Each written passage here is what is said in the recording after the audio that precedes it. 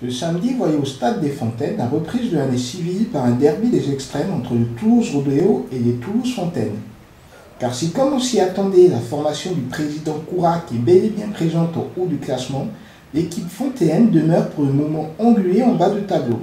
Néanmoins, c'est faisant fi de tout complexe que les locaux aborderont la rencontre, ainsi Saône portant le danger sur le but adverse. C'est cependant Gustin qui devait s'employer le premier sur une frappe en pivot de Pégo. La rencontre promettait ainsi d'être ouverte, mais à la 24e minute, Baédé profitait d'un billard devant le but adverse pour redresser le ballon dans les filets.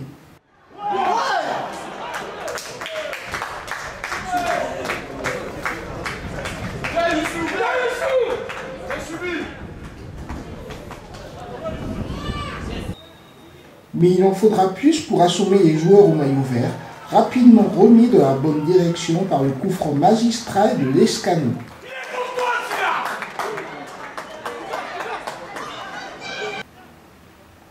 On revoyait le rodéo avant la pause, avec le service au millimètre de Pégo pour Abou Saad, lequel voyait sa tentative stoppée par Gustin. Tout comme Glory se rattrapera d'un dégagement approximatif en captant correctement la frappe d'Estrade. Ainsi tenu en échec, le rodéo adoptait un dispositif particulièrement offensif en seconde période, avec un percutant trident offensif soutenu par un meneur de jeu, ce qui laissera également quelques espaces dont les locaux auraient pu tirer parti. Néanmoins, ce sont les visiteurs qui se créeront les occasions les plus nettes dans la frappe en pivot de Saadi, ou le but étonnamment refusé à Abou Saad pour une charge jugée illicite sur Perron.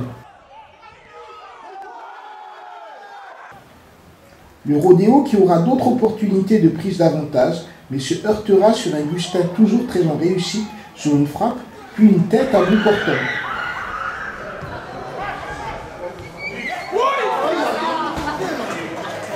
Les Fontaines sortiront en fin de rencontre une dernière banderie sur un coup franc d'Estrade, alors que dans les arrêts de jeu, Gustin avait la main suffisamment ferme pour détourner la frappe à ras de terre d'Awada.